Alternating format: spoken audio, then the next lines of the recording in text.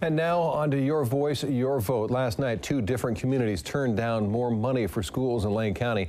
We'll start in Springfield. Its schools bond measure failed by a very narrow margin with just about 500 between yes and no votes.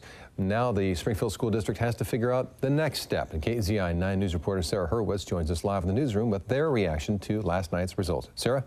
And Matt, it was a tough day for Hamlin Middle School teachers and students and staff to return to the classroom, knowing that they won't be getting a new school anytime soon. But district leaders say that they're not going to give up, and they're going to continue to work with the community to figure out a solution.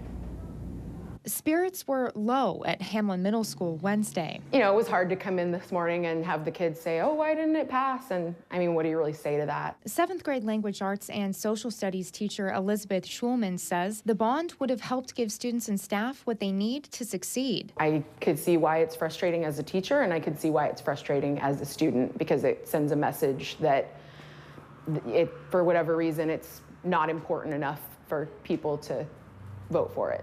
Schulman says the same problems remain, which is a concern for Principal Kevin Wright. We're really looking forward to the future and the possibility and so many of the different instructional initiatives that we have a focus on, and looking for a new facility to complement those initiatives.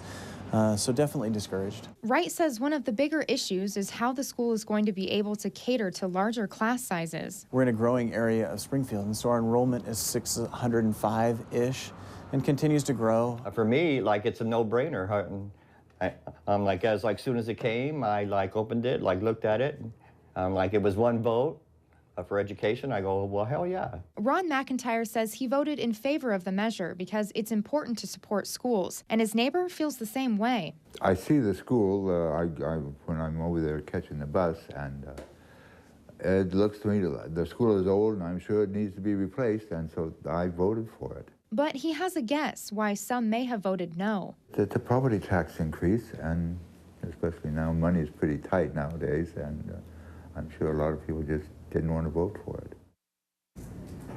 Now the district plans to talk with the community about what parts of the bond measure weren't acceptable over the next several months, and hopefully they'll come up with a new game plan for Hamlin and other schools across the district. Live in the newsroom, Sarah Hurwitz, KZI 9 News.